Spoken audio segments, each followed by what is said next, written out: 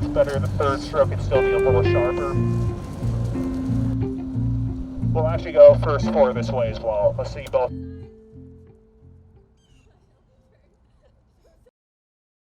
The fall semester, there was definitely tension in the team. It was hard. I remember it was difficult. It was difficult for us to all get along with how much tension there was in the team.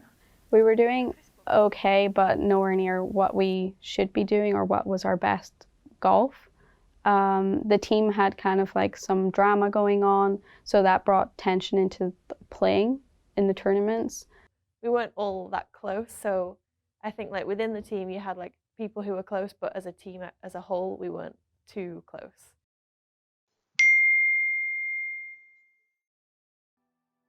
As the day went on, I kind of spoke to other teams, the other athletes that I knew, and asked them if they were having meetings with Jurgens and with their coaches, because I thought it could be something for all of athletics. And we realized it was just for tennis and us. And they took us to this little room in Clemente, in the gym, and we were waiting. And then we got in there and we were all together and we saw the room and the setup, and it was like, oh, okay, this is serious. And Saltmarsh was very, like, his face was like icy as always, but you could see that there was something going on that he didn't like. So we were thinking maybe he got fired. I don't know. Like, we weren't putting in the numbers. And sometimes when the players don't play well, maybe they think like it could be the coach. So we were just like, maybe he just got fired. I had a meeting with Bill, and the first thing that happens, I close the door, I sit down, and he wasn't sugarcoating it. I mean, he just got right to the point. The women's team is cut at the end of the season. The men's team will remain.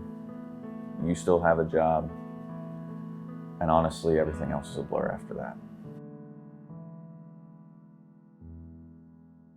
We waited for Bill Jurgens to come in, and it didn't take him long to give the news. It was probably like he walked in, he was like, this is what I have to say. There's a lot of times when things need to be done that they're not what you would envision your job being, but this was a difficult time for the entire university.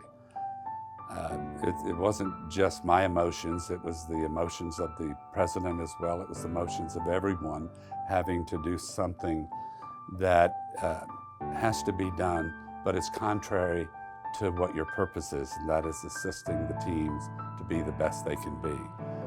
Yeah, I just remember panicking, so I was like, I need to transfer, but I don't know where I'm going to be able to transfer to. Like, I had no idea. That was about it. I immediately started crying, and I know that a couple of the other girls did too. And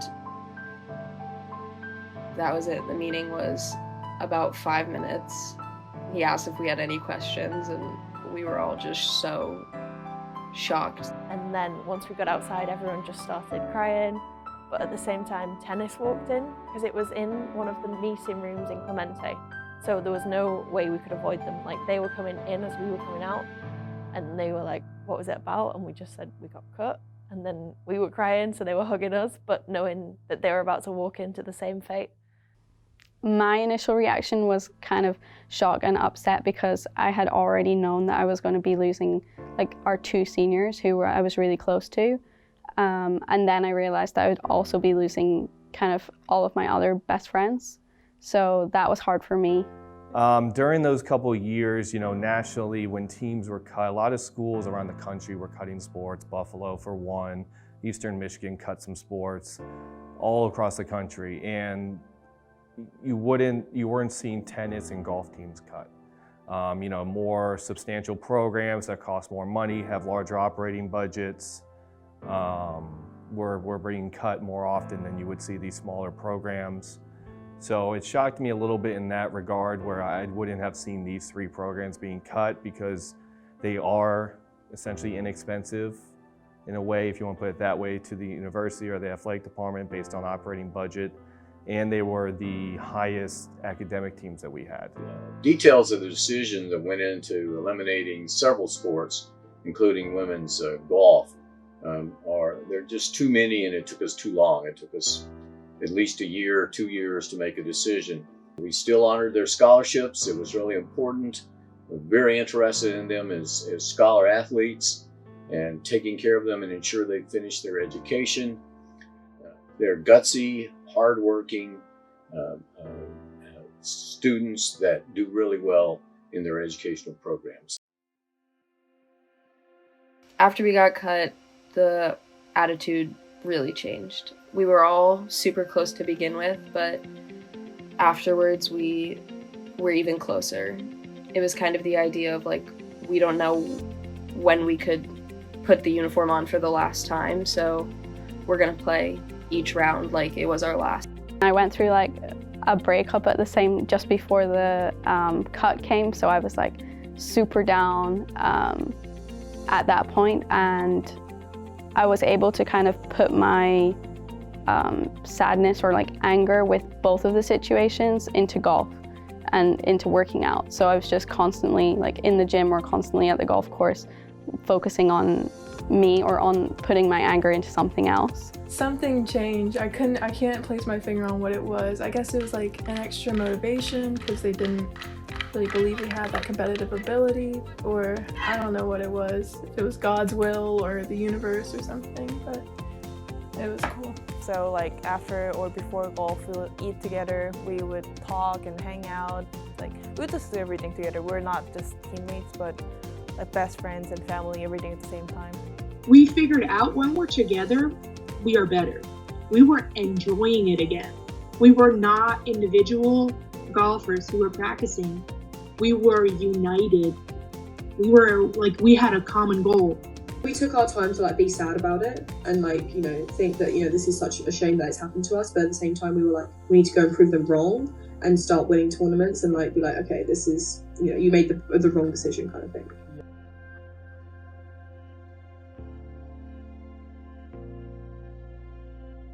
I think what kickstarted the momentum is that we put coach put an extra event in there. And we went to South Carolina, we had a win, we had an individual win, which was amazing. Lucy played so good the whole season.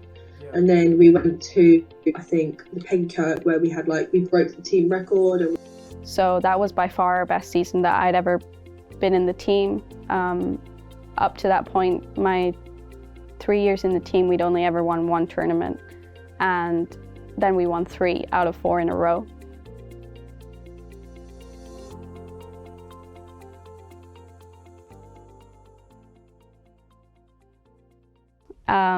That was like the kick up the backside that we all needed.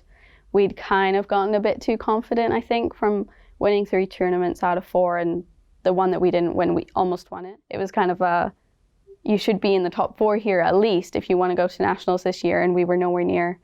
And coach said to us, you need to do some work before regionals. So we had 2 weeks.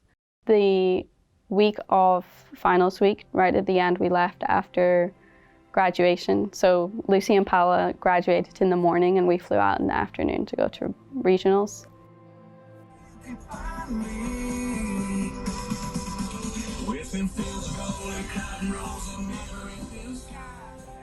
This was the first year that instead of having 3 teams qualify to the national championship, they made it 4. We were all pretty nervous and we weren't doing great. We were doing all right, but our last day, we had to play well. I messed up really badly on the 18th hole, and then I finished and I was able to check the scores on my phone as soon as I finished. And I saw that we were, because of my mess up on the 18th hole, we moved down into 5th, so out of 4th spot. And I cried a lot. And Noelle finished behind me. And she's like, Noelle, I messed up. We're not making it to internationals. We're not gonna make it. But you know, all hope wasn't lost. And then I had an opportunity to follow Lucy coming in, knowing where everybody was at. I made it easy for me to help make decisions as necessary. And Lucy was always good at, what do you think about this? What do you think about that? And the girl that we were playing with probably had a 10, 12 footer to make birdie. If she makes birdie, then Lucy would have had to make hers in order for us to beat them by 1 shot.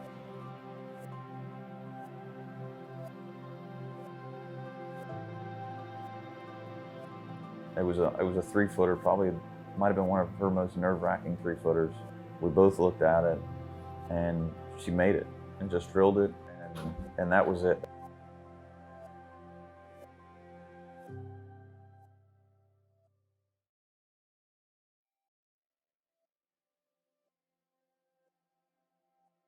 It felt like a holiday at the start because we got to go down early. We were staying in the nice hotel with the nice beds, the robes, like it was like our luxury. And I think we'd always said that we knew Nationals was at PGA National and we knew the beds there were amazing. So it was like more of a joke, like let's get to play there just for the beds. We had like a dinner thing at 7 or 6 and we were still out on the golf course like 15 minutes before the dinner and all the other teams were inside getting ready. They were like, okay, we're calling it off, we can't have a practice round, weather is terrible. And our coach was like, you wait, we're gonna wait for the weather to pass and we're gonna go play. And we're like, are you serious? Like, it's terrible weather, like, just let it go, man, like, no. It was on, off, on, off. I mean, we're 4 or 5 hours and we've got a banquet at 6. I want to say I don't care about the banquet, but the banquet was not what I was worried about. We're here to play golf. We're here to play a championship. But in the end of the day, we practiced and had more of a feel for the golf course than any of the other teams because we'd been forced or been willing to go through playing in the rain. And for the first time ever for this tournament, the format was played differently. You're grinding out 54 holes, trying to get up to a seed now to now go to match play.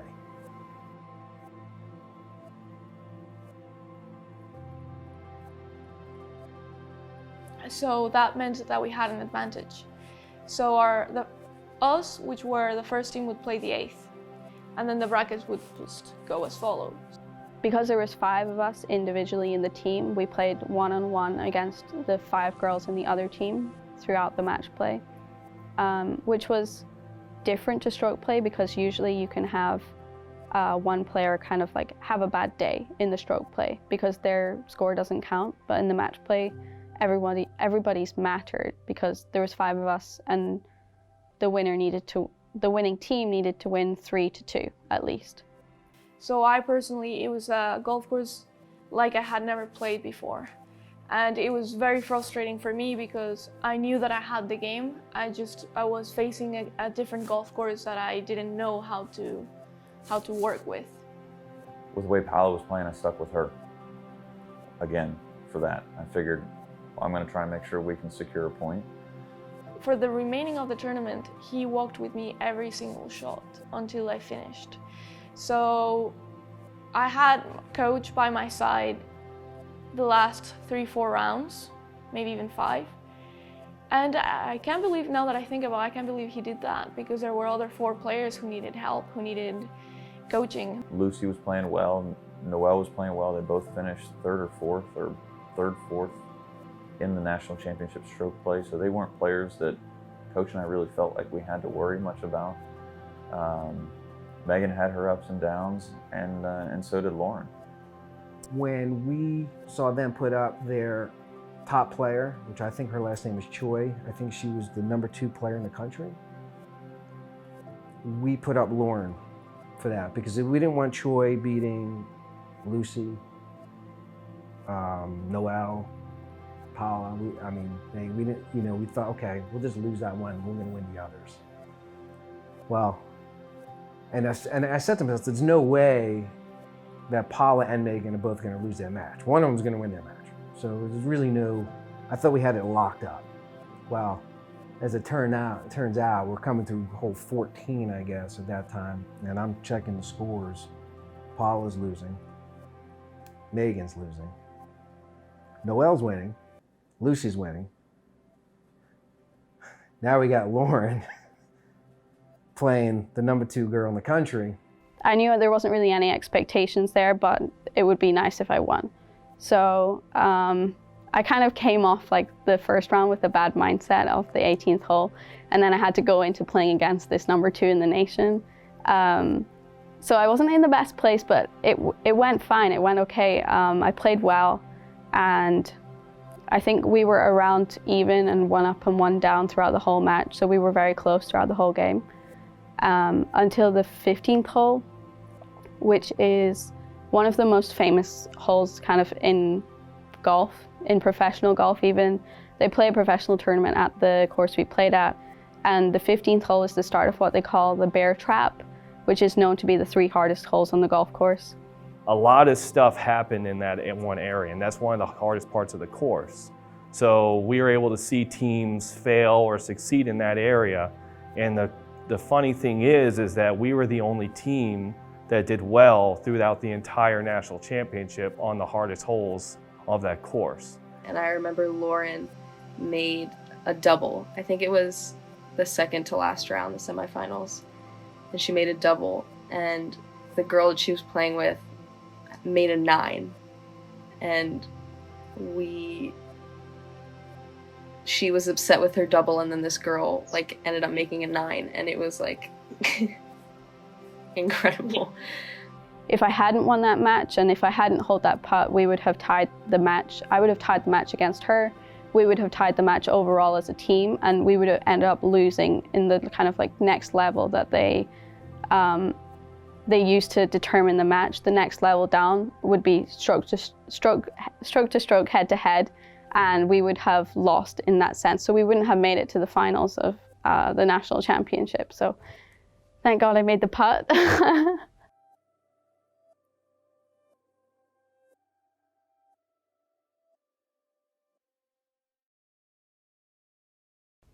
The night before and during the night, myself and Lucy were rooming together, and we were super nervous. We were up and down all night to the bathroom. We were not able to sleep.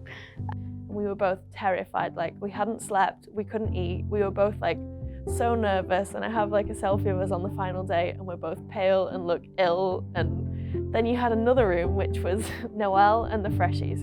And so Ali had flown down to see us. MB was with us as like our standby if anyone was injured, and they were playing Pitbull and dancing and like getting really hyped. MB and I had both one ear pod in, and we were like barely crying because we were so like emotional over the music. And then it went straight back to our room, and we're like, hotel party. We were like just dancing, we were being goofy, and we were just getting into the mood to be like, to just relax and get rid of all your nerves and like everything, because like when you're playing, like you need to be free. And I felt like being in a room with Mary Beth and Allie was just so amazing, because they just made me forget about everything. So you had me and Lauren, who was so nervous, like feeling ill, couldn't eat. The other room who was just partying and like just having fun, but that was kind of their vibe. And then Paula and Megan were just confident.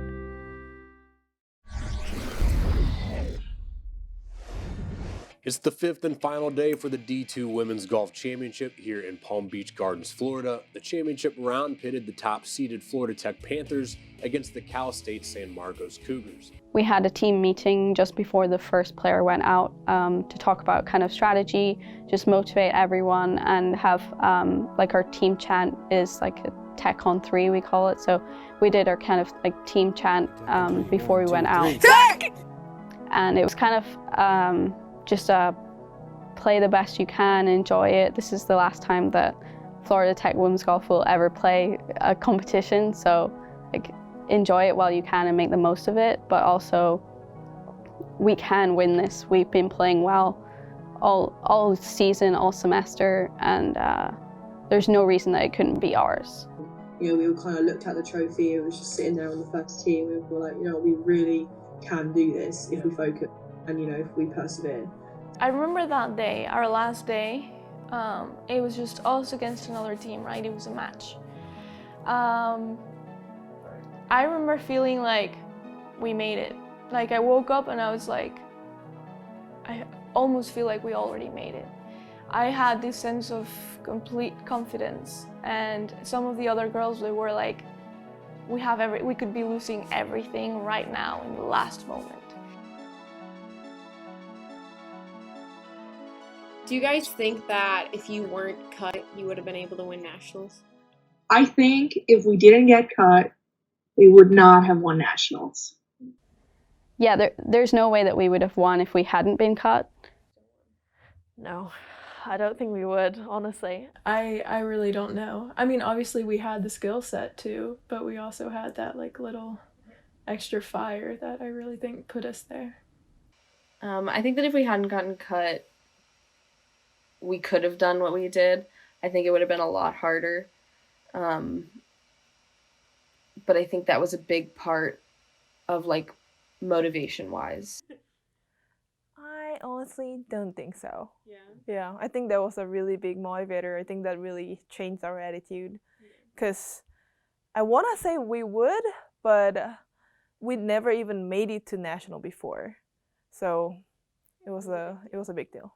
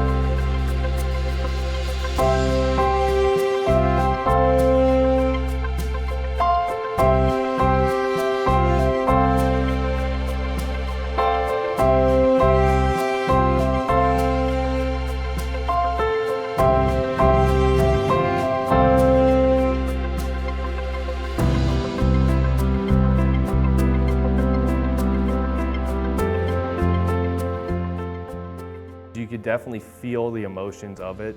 You know, this was something that I think they had talked about all the time, that they set a goal once the discontinuation was announced, that we're gonna go out and just win it all and end on top. And I guess kind of watching it happen, it still gives me chills right now, just watching them happen. You know, no one would have probably said that this would have happened, no one would have believed it, but then actually seeing each hole and seeing them succeed on each hole and get closer and closer to the national championship was just incredible. The journey was to prove a point. There were a lot of things. There was terrible chemistry in the team the year before. And we all liked each other, but for some reason, we were not together, combined as a team, to do what we had to do. So it was a journey of maybe 2 years that led up to that moment that gave us that particular reason for all of us to leave our differences aside and, you know, work for the same objective. So the journey of going into nationals, it was motivated by the cut, but it had so many little reasons behind. We all wanted this to happen for ourselves because we knew that we were great players and we knew that we hadn't had the chance to prove ourselves. We knew that we were always the underdog and the team that, you know, had the least resources. We had the team that, you know, got the least amount of uniforms or the least amount of golf balls, and we were the team with, you know, I don't want to say it, but our facilities weren't as great as other teams. So we were always that team that had everything to do it but didn't do it, and we didn't know why.